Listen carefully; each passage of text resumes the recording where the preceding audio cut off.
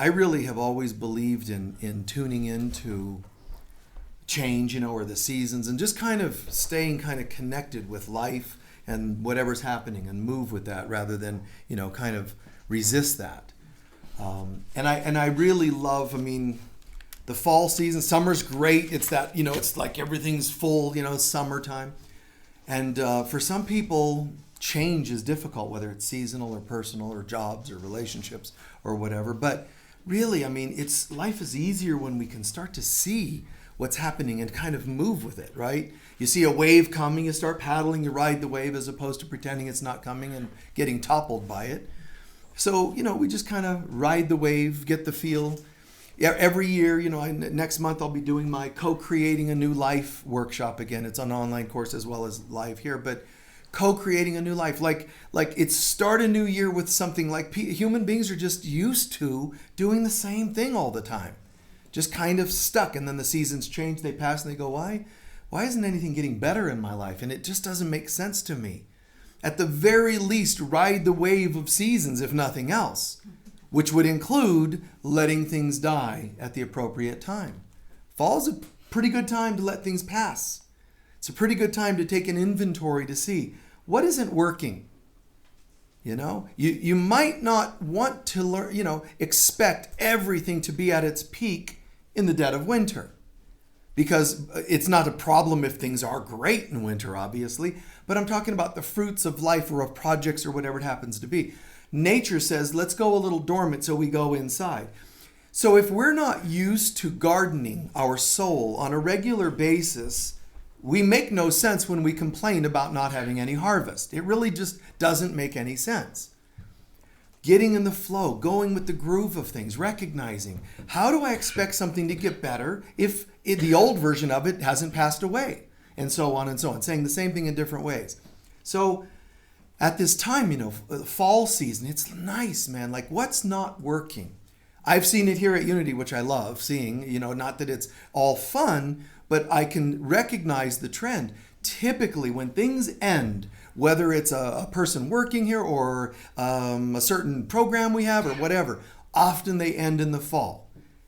And it's not an accident. It's as though nature says, well, I know you guys are kind of ready for this anyway, because you know how to prepare for the season. So it kind of, we sort of put it out there and it sort of sends it back as well. But we're in the groove of that, the fall season. And I've always thought to myself, look at it, the colors, man.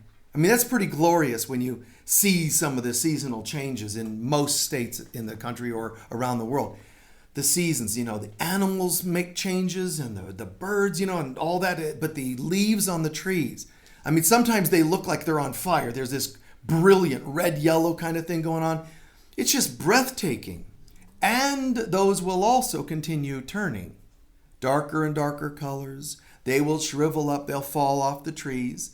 And I always think, because my mind works kind of in analogies and metaphors, and I think to myself, that's... we love the colors, but a lot of people don't celebrate when they're falling off the trees, and they're all dark and all on the ground, and now you got to rake them, and you maybe you can try to make that positive, if you have a blower, you can crank it and watch them all fly everywhere, but eventually you still got to pick them up again. So, the human mind, if I don't like what I see, I don't like it. I stay in the I don't like it kind of mode. And nature doesn't do that at all, which means we're out of nature if we're not doing what nature does. So the leaves fall, and that's an evergreen, but if this were a tree and the one next to it and the one behind that and all that, there's leaves, and they turn beautiful, but then they turn dark. And then I think, well, what does that mean in us? Because, when we lose things, when they change, it becomes kind of dark sometimes. The grief of looking over the last year someone passed away, or looking over the year and this changed or that changed, or something didn't quite go the way you want. Even when something doesn't go the way you want, it's a form of a death.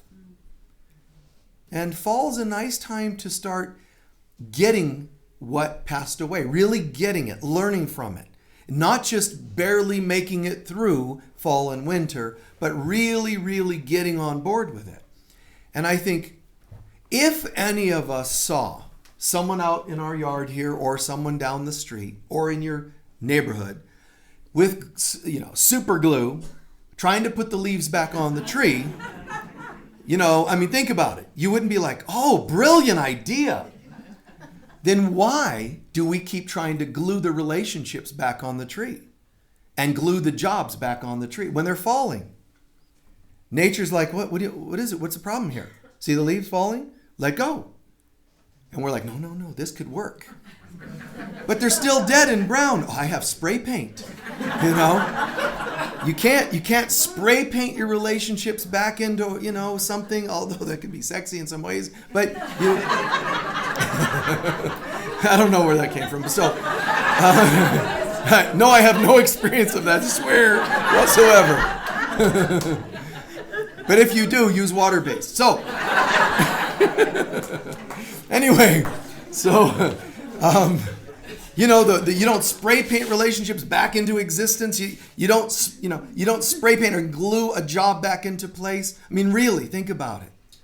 And even though I make fun sometimes, it's really deep, a process that's very deep at times when you think about it. For some people, we can make light of it, but for some people, that ending of a relationship was devastating. The ending of a job sometimes is terrifying. So I make light, but I'm also well aware of the depth of those experiences for people. Even if it's just the loss of a dream. Wow. That's hard, man. Is that okay? I wanted something to happen, and then, I remember a friend of mine who just getting by with a particular job that was kind of what he thought was kind of menial, and he didn't believe he had a lot of skills and confidence and all this. And, he went through 40 years of working in just what he thought to be kind of menial jobs and never really had anything going for him. And then I remember this one day he called and he said, there's one thing he had excited him. He was a collector of oldies. He had every song you heard of in the past 50s, 60s, and some you didn't hear of, lots you didn't hear of. He loved B-sides that nobody ever heard before, that he thought those bands should get credited for. They should be, these songs deserved as much play as the A-side pop songs. He was just this advocate, but that's all he was, it would be him by himself talking about this stuff most of the time. And then he realized, oh my God, with this whole internet and with the websites, and I could create a site that could keep all the collection of songs so people could find all this lost music. Nice. And I heard it in him. I'm like, God, I've never heard this person. Like on a Richter scale of happiness, I've never seen him beyond a 5. And all of a sudden, he's an 8, a 9. My heart was so like, wow. But to see no computer skills and no money to pay people with computer skills and know this and know that, he ended up dying. And I didn't talk to him a lot about it. I didn't want to belabor it, but I could just feel the heartbreak. You see? It's like, wow, people get this investment. I'm not saying a bad investment. I'm saying they get this investment in, I want something to go right today. I want something to go right this year. So let this be my first relationship that works. The problem is all too often it's us trying to manufacture that thing. This time it's going to work because I'm going to, and then it still doesn't work. And our hearts get broken proportionately to how invested we were, honestly. So we learn, wait, even though I thought this was going to be a better relationship, even though I thought this was going to be finally my dream, as soon as you say finally, you've already made a statement, which means it's never been there and there's pressure on it. What I would do is start finding all the bits in my life that I could go back and give credit for, so there's less pressure on that new relationship. Listen, I really like meeting you. That feels like a great connection. I need you to know you're going to need to make up for every relationship that ever went wrong. So listen, and, I don't want to be weird and selfish. I've made a list. So you don't have to do a lot of work. I've made a list for you, so you'll know exactly what not to do and what you need to do. That would be like to the other person, and some people are disturbed enough to go, okay, I'll do that.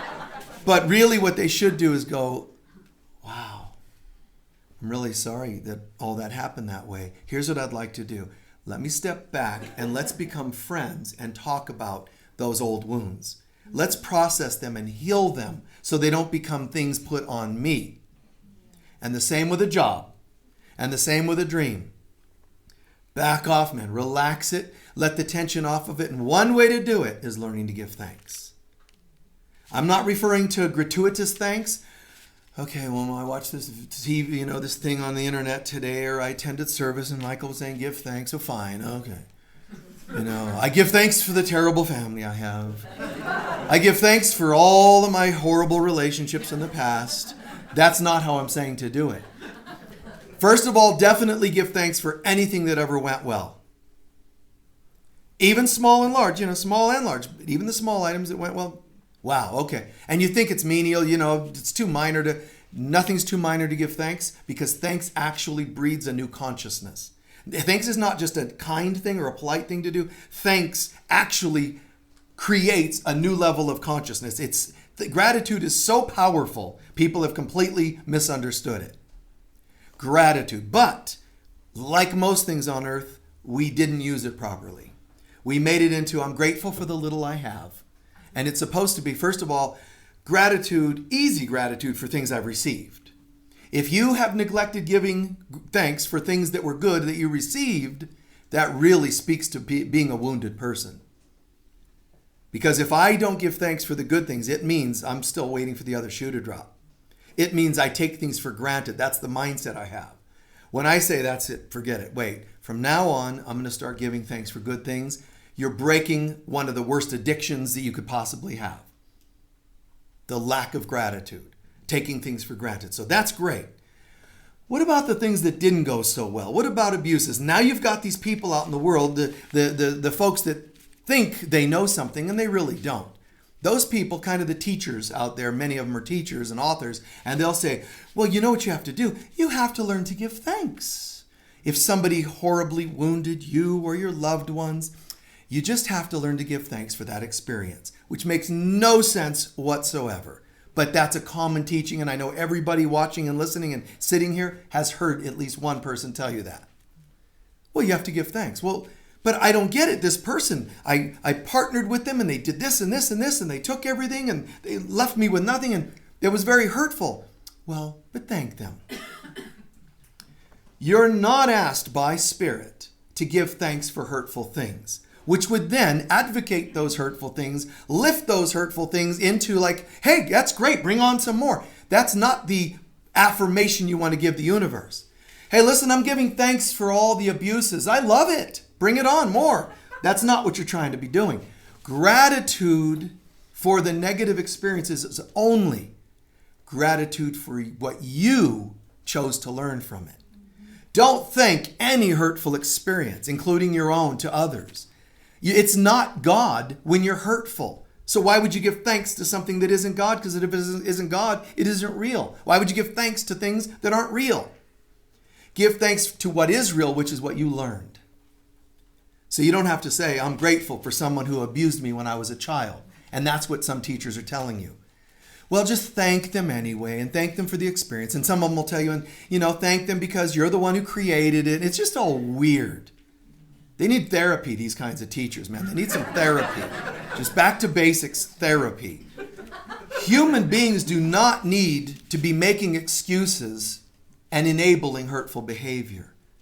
Instead, you can learn to say, you know what? I can see that it was hurtful. You start there. I can see that it was hurtful. But I'm starting to learn something from it. I started learning how to set boundaries. Not bad. Wow. This person was really abusive that was my partner. But I'm not thanking their abusiveness. That doesn't make any sense. But I am giving thanks for what I learned from this. I got better boundaries now. And what did you learn from this and that? I learned how to raise children in a better environment than the one I was raised in. That's what I'm saying. Gratitude for healthy things. And another thing that's underestimated that I sort of just said, but I'll go back and address, which is acceptance.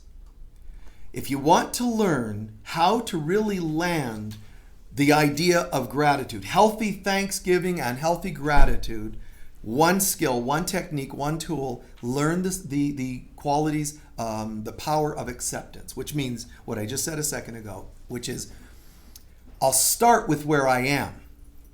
See, if someone says, well, I have health issues, so I'm supposed to give thanks for the illness?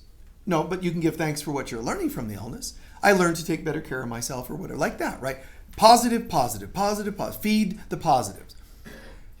But when someone says, I don't like my health and it's just a drag, what a bummer that I'm sick and so on, what you do is, instead of bemoaning the problem, you start with, what would you like to do about it? Well, I want a completely healthy body. Okay, great. But let's start with where you are. I want to lose 190 pounds. I wish I were thinner. Wishing is not healthy, believe it or not. Accepting how much you weigh today is where you start.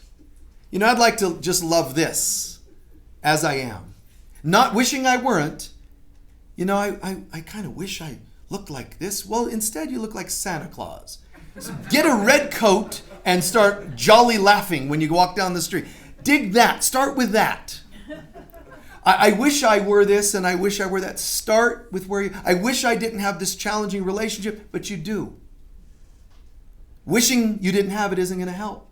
So start with, okay, honey, what do you think about some counseling?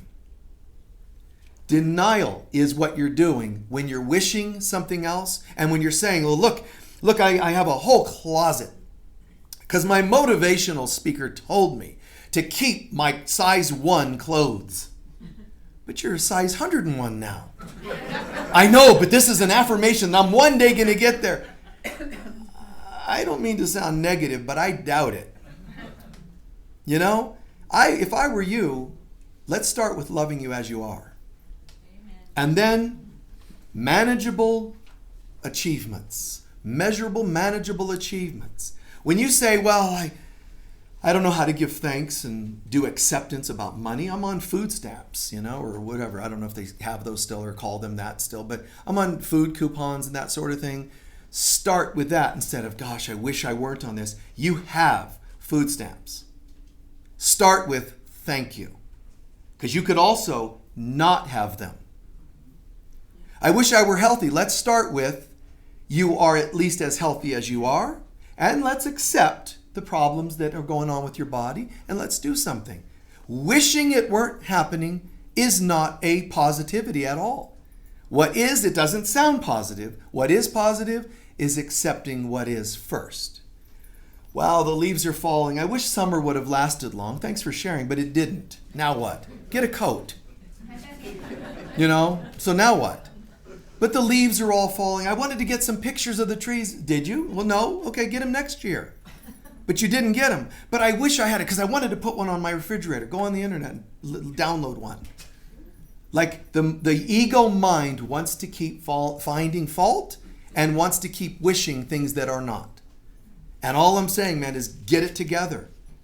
Grow up, wake up, and start with this is what is.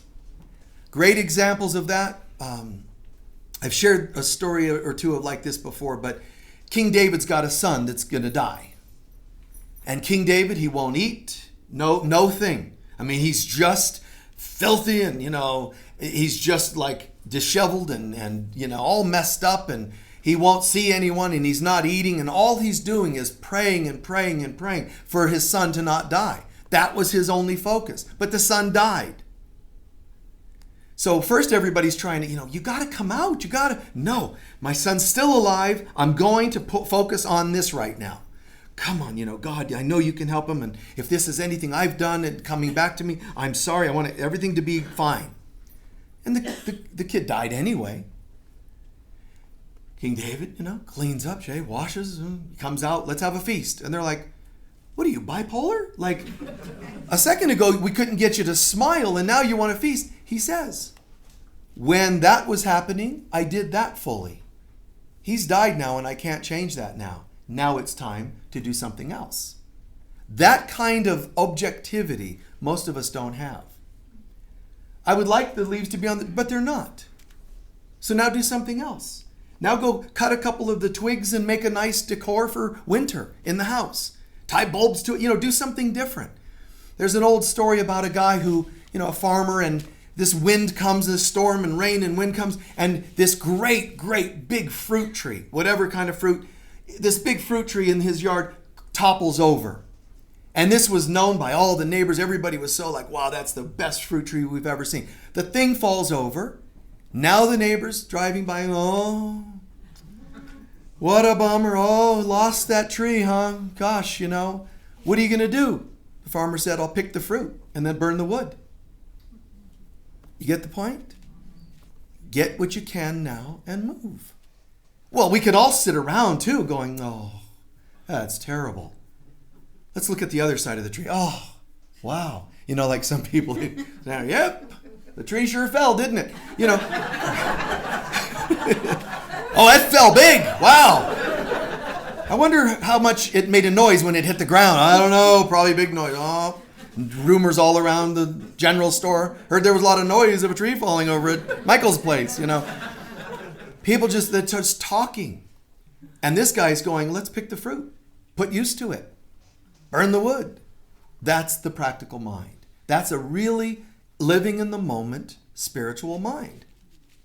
The part of us that thinks, no, we got to obsess and fix it. It's actually not practical. And also you're not living in peace when you're having those obsessions. What I wish I could do, what I wish didn't happen, what can you get from that? That's all. That's all nature does. The story of Jesus and the fig tree, some people are still freaked out about that whole thing. I don't even want to hear about that story because I don't understand it. The apostles and Jesus, they're walking, through the valleys and traveling and whatever, and they come upon a fig tree. They walk over, oh, we want to get some figs. Oh, there's no figs. And then the way the story reads is, Jesus, the master lordeth, Jesuseth, becometh angry with the treeeth, and curseth the tree. Like there's Jesus going, oh, you fig tree, I wanted some fruit today. How dare you not bear fruit? Do you know who I am? The only begotten Son of God. And I hate you, fig tree. And the fig tree's like, screaming as it shrivels. I mean, this is the way they tell the story in the Bible and the way preachers will talk about it. Don't be like a fig tree because the Lord will look at you and you'll shrivel and die. And there's another version of the story where Jesus said, oh, look, the fig tree's already dead and doesn't know it yet. The figs aren't coming because the tree's dead and the tree's trying to stay alive. He released it and said, it's okay, go. Because they said when they passed by again, the apostles were freaked. They go, the tree that Jesus cursed shriveled and died. And that's what freaked them out when they came back a day later, or whenever it was. The thing's dead. They're like, note to self, do not tick off this guy. Like, wow. That's all he has to do is look at you bad. And you're like, And that's not what happened. Think of the beauty. Take this story and flip it and think of the beauty of this. Someone saying, to your relationship, to the fig tree, to your job, I can see this is already gone. And we'll all be better off if we allow us to pick the fruit, back to the fruit tree story, burn the wood. You see, let it go. That's the whole point. He speaks the words saying, let go.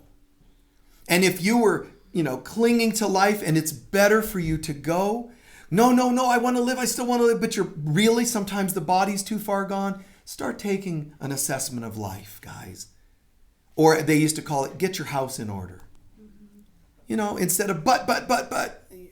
If you're going to go, die well. Spend your time letting go of what you don't need to hang on to. Spend your time saying thank yous to people. Spend your time making amends if you need to make amends. That's the perfection. And the reason not everybody can hear what I'm saying, for example, today, or anybody speaking like this, is because of the resistance we have to that very idea. And that thing that they're doing is called control. I know better. I want the fig tree back. I want. And what you do is you learn the adage, you change what you can and you accept what you can't. Sometimes the body's too far gone. Sometimes you're 101 size and you want to be a 1. Let's start with just being 101. And then let's talk about maybe you'll change your lifestyle and become a size 90. I'm just making up numbers, right, to exaggerate. But become and then be really happy with that. And vow, I'm not going anywhere else above this now. This is my new self. And then let it become another new self. Don't give yourself such unrealistic goals that you know what's going to happen. If you don't reach the goals, you're going to punish yourself again. I know my next relationship has to be absolutely perfect. Too much tension, man. And any healthy person, if you told them that, would say, that wouldn't be me. So imagine, guys, let's just, retiring all this, retiring people from the pressure, everything starts to fall away. Process is easier when we learn acceptance. But to human beings who are kind of messy in the mind, human beings think acceptance means failure. And it doesn't. It means peace. Think about the word acceptance, which I'm saying is a major thing to accomplish if you want to learn what gratitude is all about. If you haven't learned to accept something, you can hardly give thanks for it. Acceptance, the power of acceptance, and then the power of gratitude. And when we learn to take an assessment of our life, it's easier, which is a responsible behavior, it's easier to learn what to accept, what to give thanks for, and what to let pass away. When you don't want to let that thing pass away, I understand it. It's fear. It's control freakism is all it is. It's my fear. I have to get this fixed. I have to get this right. I can't let it go. What do you mean you can't let it go? I can't, but it's already gone. But it can't be gone, but it is. And we start to sound kind of disturbed when we still want something back that is clearly gone. But the human mind is going to say, that's failure. And it isn't. And if you think something's still left there, change what you can. I didn't want my relationship to end, but it did end. But I think that's wrong. It could work. I need them to come back. They have restraining orders on you. They're probably not coming back. But they would, if only they read my next letter. I send them 5 a day. That's why you have a restraining order, There's a point where you have to stop and just say this. I'm obsessing. When you try to fix something that isn't, you're obsessing. When you're trying to resuscitate a dead relationship and you're still trying to breathe life into it, 1, 2, 3, 4, 1, 2, and they're, sorry, man, I don't know.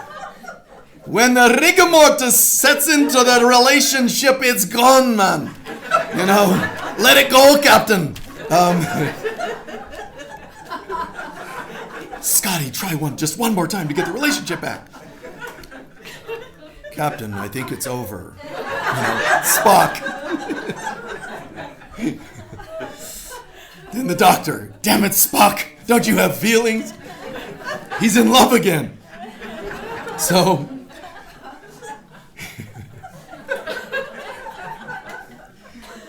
So another way to say all this, and I'm looking for one.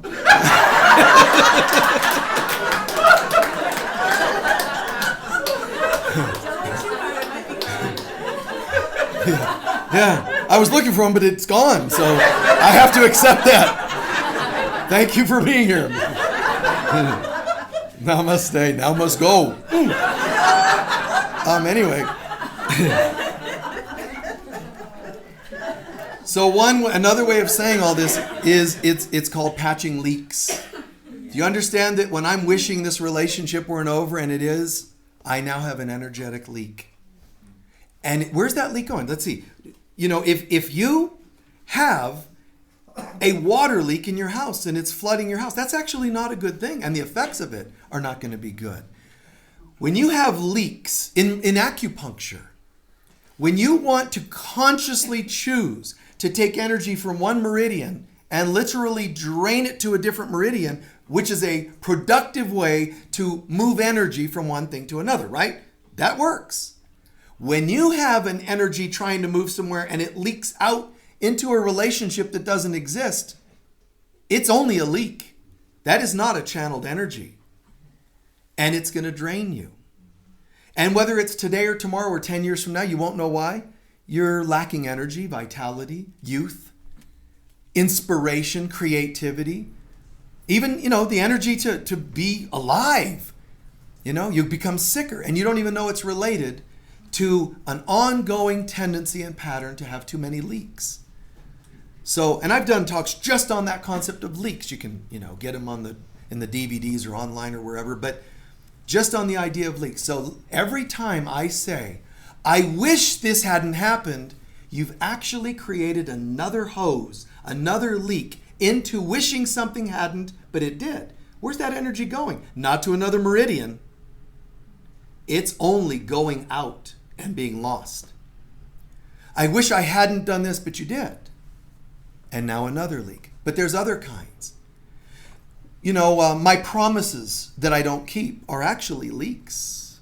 My agreements that I do not keep are actually leaks. My vows are actually leaks. Some of us can afford, none of us should have leaks, but we all do. But we shouldn't have leaks, but some of us can afford them more than others. Some of us are filled enough with consistent inspiration and accomplishment. We fill up and then there's a little bit of a leak, but we don't notice it. And if you're building a pond, that would be like saying sometimes the sun or the heat of the day drains the water a little from the pond, right? But there's a refill mechanism and it refills when you have a pond sometimes. But if you don't have a refill mechanism, which we'll call connection with God and connection with a healthy self, the pond water is only going down, never back up. You can hope for a rain once in a while, but the pond's leaking, draining from the weather. But then what's worse is if the rubber layment in the bottom of a custom pond has holes in it, you have problems. No, I don't. I just refill it every day. Yeah. Well, as long as you can afford the water and you have the time, you have nothing else to do to sit there and keep refilling it. That's like saying, lose a relationship, I'll just get another one every day. You're not really fixing the problem. You have leaks. Any agreements you don't keep, anything, even when you say, I wish it weren't happening, I wish it hadn't happened, I wish this were happening instead, those are all energetic leaks. And they take their toll. I would say to you, I would bet that most human beings suffer from illnesses and energy problems and so forth more often from leaks than from dietary issues. Leaks, but nobody sees it. So they don't call it. Instead, they say, I just need to stop drinking caffeine. Your leaks are the problem far greater, far more often than the health issues from diet. But nobody sees them. So let's start becoming more awake, aware human beings. Let's start becoming aware of what's happening. Leaks. Well, what are your leaks? Take an inventory. Do you have promises you haven't kept? Make amends for that. Do you have agreements you've made, not keeping them? Make amends. Patch the leaks. How? Gratitude is one of the tools to patch leaks. Because gratitude means, oh, look, a leak, like a relationship that wasn't working really well. I see it, I own it, and I patch it through love and forgiveness. Okay? And that's it. Now, the relationship may not be there the next day when I patch that leak, but by patching the leak, I don't feel as devastated. What's devastating is when you have a relationship that ends and it's still leaking and nobody wants to recognize that there's a problem. And it just keeps draining you. Don't let the relationships drain you anymore. It's not healthy, but it's not sane. And what's more, it's not God's will. Never in the history of mankind could a soul say that it ever looked to the heavens and said, God, I'm quite miserable and everything's going wrong in my life. Is this your will? And God said, absolutely. Not only has it never happened, I'm saying to you, it's not even possible. That means when that stuff is happening, something is happening that is contrary to the greatest nature of all, God's will. So patch the leaks. Recognize, where are you leaking? Where are you wishing for things that aren't there or wishing they weren't, and so that are there? Where am I misdirected in my thoughts? I'm going to read a quote and then I'm going to come towards a close.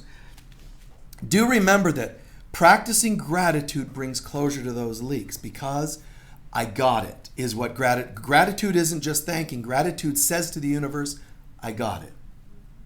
I go and hand you something. Oh, you need a tissue. Here's a tissue. Usually the person goes, oh, thank you. Why? Because they got it, the tissue. The universe works that way. When you say thank you, the universe says, got it. Note to self, being universe, you're ready to go to another level. Yes, I am. Thank you. That's all it means. It's fantastic.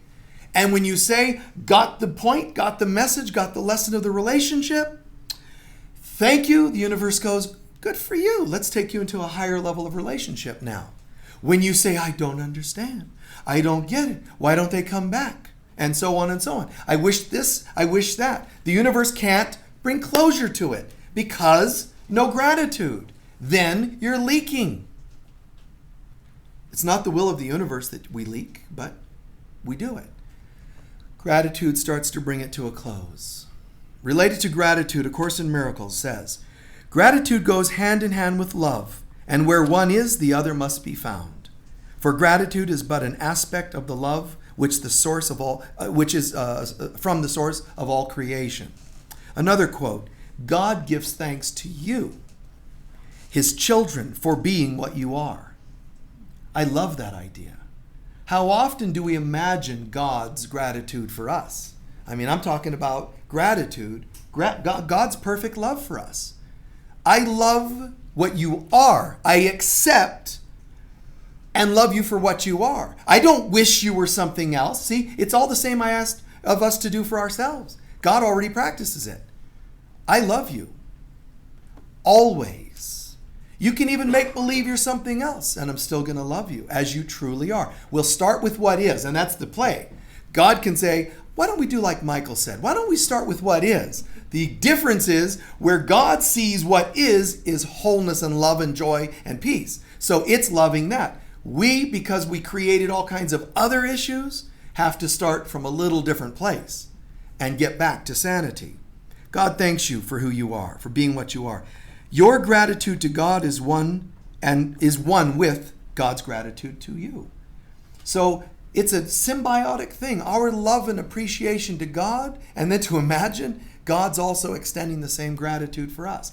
Not for the weirdnesses we make up, but for the light, the truth of who we are. So one of the things that to me is beautiful is this concept. The gratitude you feel on earth will become the experience you have of heaven. The gratitude you can feel on earth becomes the heaven you will one day experience. You don't escape the earth and get to heaven with all kinds of regrets and remorses and wishings. It's the perfect time of the year to learn. There are a couple of relationships that are already dead. You know, what a bummer. I wish that were, but it is that way, isn't it? Can you tell? Sense it. Yeah. What if I'm not sure? Then ask them. Because corpses don't answer. So when you say, hey, is there anything left in this relationship? If they can answer with some beauty in their answer, there might be some life left. If I say to you as a partner or a relationship, a daughter, a son, a parent, things seem really challenging. You don't say, I would like to talk to you about our relationship. You're the problem. What you do, even if you'd like to say that, what you need to do is start with, there's some challenges and I'm not sure what to do with these. Would you like to join me in working on this? Bottom line, the corpse says no. And then let it pass away. If there's life left in that body, a healthy person or an alive person says, yes, join me.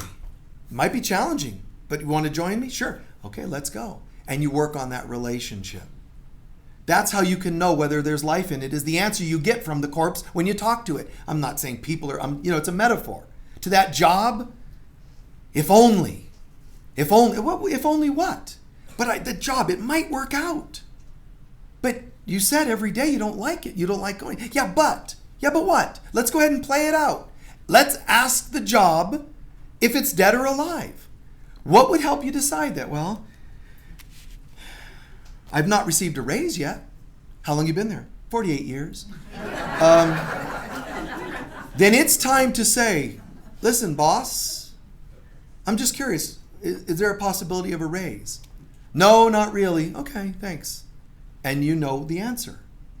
It's dead. Your hope, whatever you hope for is dead. It's not going to happen. Human beings don't want to ask intelligent, inspired questions because they don't want the answer that's going to come. It's time for a different job. It's time to let go of that relationship. That's what's happening. We're secretly trying to control everything so we won't practice acceptance. So lastly, think about this. Here's a question for everybody. Sort of ask yourself, if you come into a lot of money, what are you going to do with it? Here's an example. I'm going to buy a bigger house, a new car, a boat. What else are you going to do with it? I'm going to buy this. I'm going to buy more of and more of and more of. Here's my opinion. If you come into a lot of money or have a lot of money and you just keep buying more stuff with it and you die the next day, you have nothing. Sounds strong, but just try to hear me. You have nothing. Why? Because there is no one, when you died, grateful for anything you've done. The lack of gratitude means life is not worth living. If all you did was have money and bought new stuff and you died, you are not doing well because there's no one giving thanks for your existence. Oh, Michael was a great guy. Yeah, he had a lot of cars and boats. Did he ever do anything for you? No, but I saw his boats. That was amazing. Is that pretty much what he did for you? Yeah, kind of. That's it. Oh, then let's accept that wasn't the highest life that person could have had, or myself if it's me. You could have done more. Now, on the opposite, if you have a large quantity of money, come into a large quantity of money or whatever the gift might be, and you use it to change lives, the opposite's true. You have everything. If you die the next day, you're already fixed. You're already set. And why? Because people are grateful for your existence. Do not expect a heaven, a special heaven for people that are disliked by everybody. Listen, nobody liked you, and you never gave to anybody, but we have a special heaven for you. It doesn't work. I'm saying heaven is proportionate. Think about this, to how much people are grateful for your existence. Now, what have you done while you were here? Did you make anyone smile? Did you give anyone hope? Did you share your gifts? You had a beautiful smile that just lit up a room, but you never smiled. Believe it or not, that's negligent. According to Buddha, who said when you have gifts, use them. Use them to bring people to God. Not literally through preaching, but through your presence. So what have you done? What have you been about? Did you make a difference in people's lives? So think about that. And share that in your own way. If you have websites or Facebook pages, post it somewhere. In your own words, if you like. Ask people, what if heaven is made up of the quantity and quality of gratitude people feel for your existence?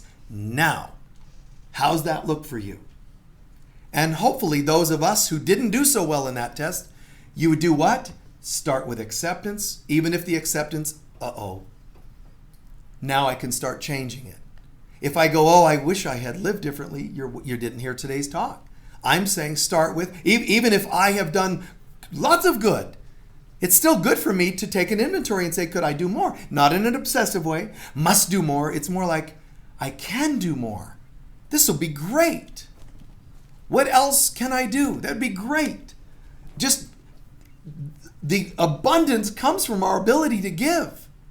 In our course yesterday, I remember somewhere along the line we read a quote of Christ consciousness.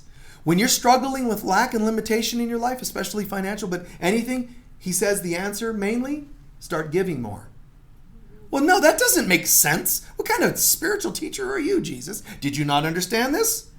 I said I don't have enough. I need more. Oh, well, then give more.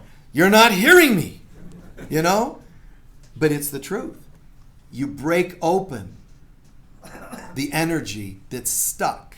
The head tells you to have more. I need to give more, so start giving it to me.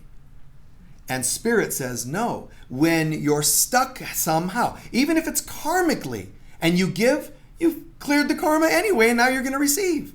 That's not the way humans hear it. And it's the same. Heaven itself, made up from the things you have given. Just give however. Don't look for that it's always large, grandiose ways. Don't say, if ever I win the lottery, then I'll start giving. It's more impressive you give from the heart. And it's more impressive when you say, even if I have little, I still know how to give.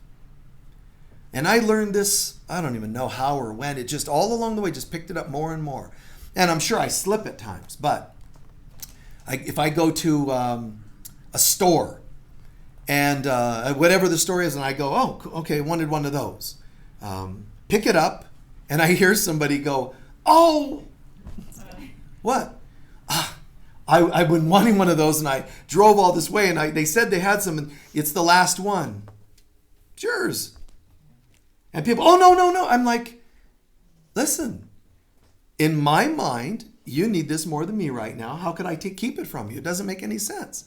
There'll be another one, even if I actually wanted that thing. Often, now there's a line here.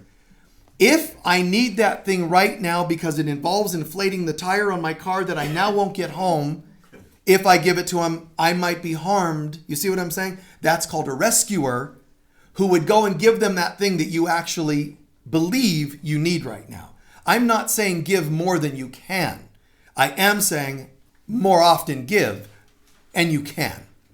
You know you can. Just check in. I'll close with a story on that.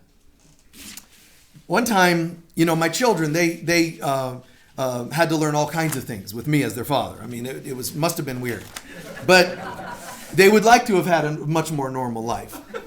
Where when you want something, things just go a certain way. Well, one time I said, guys, they're little, right? And I said, let's go to the mall. And we're going to get some Cinnabons. Oh, Daddy, this is all cool. We all get in the car, and their kids are all excited, and they dig Bing with me, and I dig Bing with. Go to the mall, and we get to the Cinnabon store, and we get there just in time. And the store's there, and we're in line, and we get up there, and they go, "There's only one left," and the kids are like, "Oh," and I said, "Well, it's okay. We'll split it." Then from behind me, this mom with her kid. I'm sorry, honey. I wanted a Cinnabon. Oh, I'm sorry, they ran out. I look at my kids, they're like, oh, we know. Fine. Give them the Cinnabon. So I'm like, nice job, guys. It was less painful than last time. So, great. We're going to give them, and we gave them the Cinnabon. And the person at the counter said, are you sure? Yes. So my kids and I just walked around the stores closing, the lonely, alternative to having a Cinnabon. Let's walk and look at the stores closing. Nothing open. Well, that was fun, wasn't it? We give thanks for this time together. Now, let's go ahead and leave the mall. We go to the mall. At the exit of the mall, the door is opening. Somebody walks by, and we open the door, and I turn back to hold the door for them. And it's the Cinnabon manager who's walking by with a bag, in it a box of Cinnabons. And they go, are you the guy who gave away that last Cinnabon? I said, yeah. She goes, oh, I had already packed some up thinking we were done for the day. Here's a whole box of them. My kids are like, that's weird. You may not have the Cinnabons at the end of the day. Give thanks anyway. Give thanks anyway, knowing it's impossible for us to unlock the vaults, and not have something wonderful. It's impossible to practice gratitude and acceptance and not see miracles come from it. let go of the leaves. Let them die. But I know, and I'm sorry. It's okay. You want me to help you rake them up? I'll help you. See, I'll help you. Let's rake them up. Oh, we can even make them for compost for next year's garden. Something constructive. Acceptance, gratitude. You had some help. Somebody helped you pick up the leaves today. That's a positive. Give thanks for what you learned from the experience. Even though it's hard, the leaves have died, relationship ended, it's a bummer, it's sad. What did I learn from that, I wonder? Give thanks and you'll find you're not grieving as deeply and as long when you've given life to it by giving thanks to it. Not giving life to it by resuscitating it, but by giving life to it through gratitude. And if someone passes away in your life that you'd rather not, you're actually going to give them larger wings to fly on the other side when you say thank you to things that they have brought of value to you.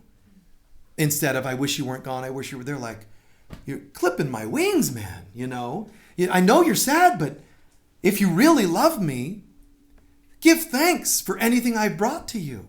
And whew, the big wings. Freedom. Let's take a few minutes to center together.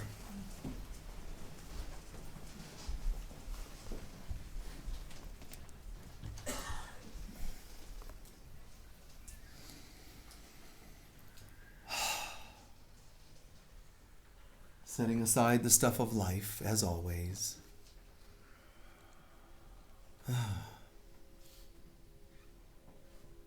Is there anything you'd like to change in your life? Anything you'd like to improve or shift or add to your life? Before you do, let's take a half a minute breathing and accepting what is. Even if you're squirming with that idea. Don't like it. Wish it weren't so. Breathe and accept it for just a minute. It cannot harm us. The acceptance of what is.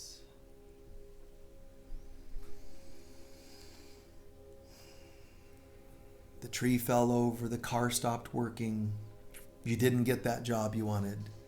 Acceptance. Wishing it were different will actually drain your energy and give you less guidance and inspiration to create the right job. Start with acceptance. Breathing, acceptance.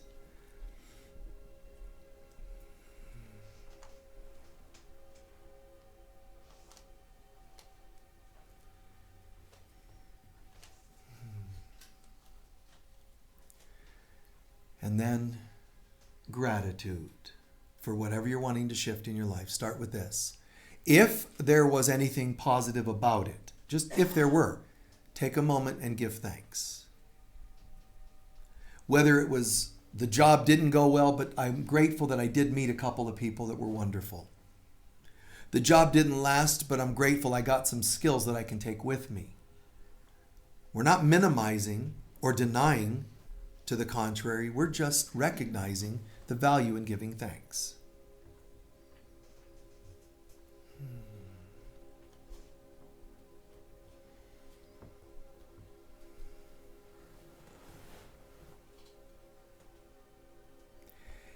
And besides the obvious things like positives, even if there were negatives, what did you learn from that?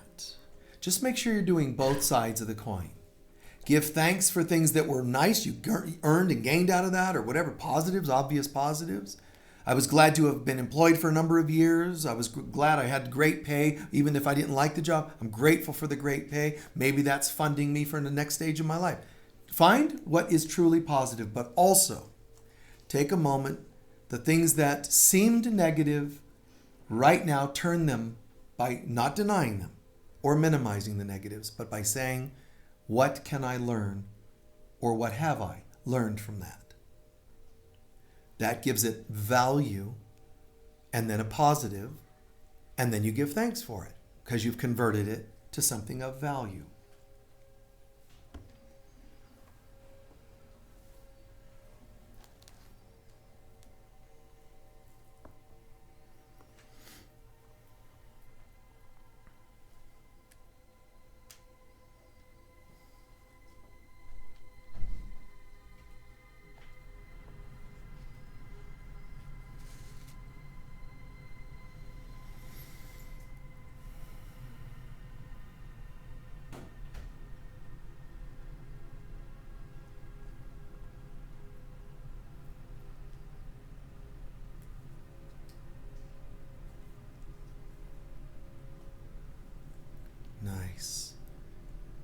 And let's close with this.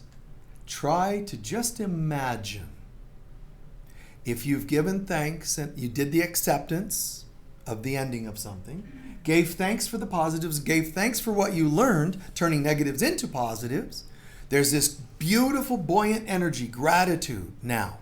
Feel it in your heart and try to imagine how the leaks being patched now, how this might become recycled as something new for you.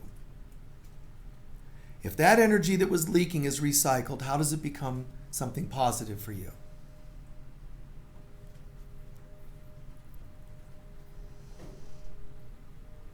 Inspirations. Maybe it's going to be a new song. You don't have to control it, but I'm saying just marvel in it. Maybe it's a new song, a new poem, new friendships, greater prosperity, better health.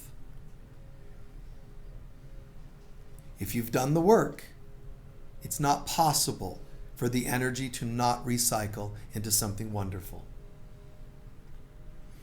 That's why you can give thanks in advance for a miracle coming. Because it's predictable, it's nature, it's law. You've done your work, it'll come back now. And so it is.